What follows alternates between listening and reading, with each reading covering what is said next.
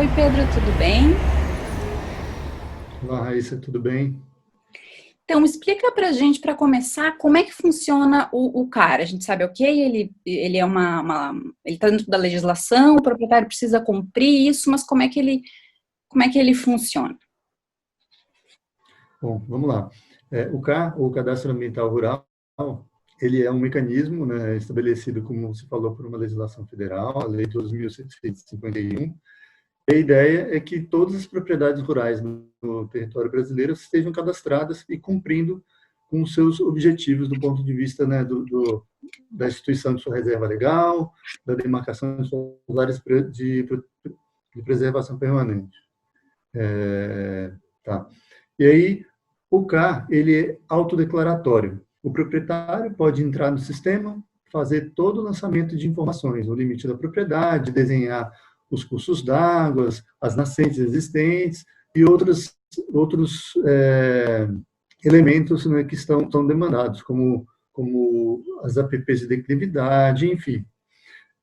No entanto, também é possível que um terceiro, né, uma empresa ou uma pessoa física contratada, um representante legal, né, faça essa inscrição da propriedade junto ao sistema do CAR. Uhum. Ele é como se fosse uma RG que a gente diz, né, da propriedade, assim, mas no sentido de que o proprietário tem que declarar o que tem ali. A gente ainda não chegou na fase dessa conferência, né, porque em algum momento vai ter essa validação dos dados, certo? Em que processo está isso? Exatamente, você chamou a atenção para um ponto importante. A inscrição no CAR, ela é obrigatória, ela já está acontecendo há muitos anos, inclusive com prorrogações atrás de prorrogações da inscrição, e em decorrência disso, a fase de validação dos dados, quando o órgão ambiental competente faz a análise daquelas informações que foram lançadas, foram autodeclaradas, se elas de fato elas são corretas do ponto de vista do limite da propriedade, dos custos d'água que ali existem, enfim. Essa fase, ela iniciou, no entanto, os órgãos ambientais estão priorizando a verificação de cadastros de propriedades que tem um tipo de demanda, como termos de ajustamento de conduta e similares. Uhum. E por que é importante o proprietário, mesmo ele já tendo feito esse CAR, né? Ele tá ok, legalizado, regularizado, ele olhar para ver, dar uma checada, digamos, nesse cadastro dele. O que ele pode estar perdendo se ele não prestar atenção no CAR? Tá. Dando um passo atrás na sua pergunta, acho que é importante falar do que a gente vê, né, dentro do meio profissional, no que se refere à elaboração desses cadastros, né, à inscrição no cadastro. Muitas pessoas fizeram de uma maneira super rápida para cumprir o objetivo, né, fazer o cheque, Até em função cumprir, disso fiz do o cadastro prazo, da minha né? propriedade. Toda hora estava para Exato, por encerrar e o conta do pessoal prazo. corria. Exatamente, uma preocupação muito grande em cumprir esse item de o prazo, não perdi o prazo. No entanto, e aí, chegando à sua pergunta, né, o cadastro, muitas vezes, ele é feito de uma forma muito simplória, o que acaba por prejudicar, né, o proprietário no que se refere ao melhor aproveitamento da sua propriedade. Por quê? Porque para aquelas propriedades onde há mais vegetação nativa do que a lei determina, e aí um exemplo, no caso do bioma Mata Atlântica, todas as propriedades rurais, né, dentro de uma classe de tamanho, né, eu não vou entrar no detalhe das pequenas propriedades, agricultura familiar, enfim, mas via de regra, todas precisam de 20% de sua área gravada enquanto reserva legal, com vegetação nativa ou com vegetação nativa a restaurar. Aquelas que têm além disso, elas podem se valer dessas áreas para fins de gerar negócios com compensação ambiental. E aí, o ponto a ser observado é que existem pelo menos três possibilidades de negócio, né, de compensações ambientais. Aquelas decorrentes de demandas por reserva legal de terceiros, né, que não querem pôr as reservas legais em sua propriedade, eles podem comprar, digamos assim, a reserva legal numa propriedade de um terceiro.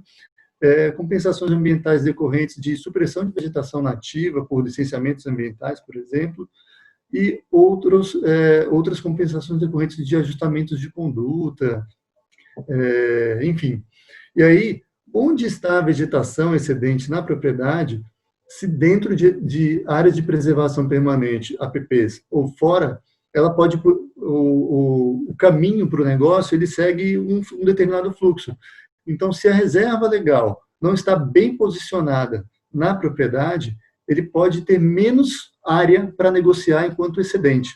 Um outro ponto super importante também no momento em que o proprietário estabelece a sua reserva legal em sobreposição com parte de sua área de preservação permanente, ele obrigatoriamente tem que gravar todo o restante de sua vegetação nativa enquanto reserva legal para fins de servidão ambiental. Isso pode não ser uma escolha, né, um desejo do proprietário, porque ele pode ter outras intenções de uso futuro nessas áreas. Entendi. Tá certo. Então é isso, o proprietário ele pode, mesmo estando legalizado, ele pode perder ele pode quase que perder recursos, assim, ele poderia estar gerando recursos com a propriedade dele, que ao ter essas questões, não olhando com carinho, certo, né, vendo se esse cara tá ok, ele vai estar perdendo de gerar recurso com as áreas conservadas, principalmente, né? Exatamente. A compensação de reservas legais, elas podem se dar tanto dentro de APP como fora. E elas têm um valor de mercado, do ponto de vista de reais por hectare, né, menor do que as compensações, por exemplo, oriundas de supressão por vegetação nativa. E essas compensações de supressão por vegetação nativa só podem acontecer fora das APPs. Então, o ideal é que o proprietário ele tenha um cuidado de não sobrepor as compensações de reservas legais de terceiros, por exemplo, dentro ou fora das suas APPs. Se ele quer gravar todo o excedente de sua vegetação nativa, né, enquanto servidão ambiental, para fins de geração de negócios com a floresta em pé. E isso pode acontecer na hora da declaração do CAR, né? Sem o proprietário nem dar conta, assim, né? Por, enfim, uma dificuldade, o profissional que fez rápido, vários fatores. O profissional que fez rápido, o profissional que não dá um feedback, não dá um retorno para o proprietário. A construção do cadastro ambiental rural de uma determinada propriedade, ela deve acontecer em consonância com os interesses do proprietário, né? A gente tem que cumprir a lei, cumprir os requisitos técnicos que são estabelecidos na lei do ponto de vista do posicionamento dessas reservas legais. No entanto, é muito importante que antes da conclusão, ou seja, da finalização da inscrição, o profissional ele sente, né, com o proprietário ou a proprietária e valide cada uma daquelas feições, cada um daqueles elementos que ele posicionou na propriedade e explicar qual é a consequência, né, de posicionar a reserva legal dentro ou fora de APPs, gravar ou não servidões ambientais. Tá certo, então, Pedro, a gente vai deixar os links ali, o pessoal pode acessar e ver como, né, como pode estar explorando essa questão, verificando o CAR e realmente, né, utilizando a sua propriedade na potência que áreas verdes, enfim, podem ter. Bom, obrigada. Exatamente. Muito obrigado.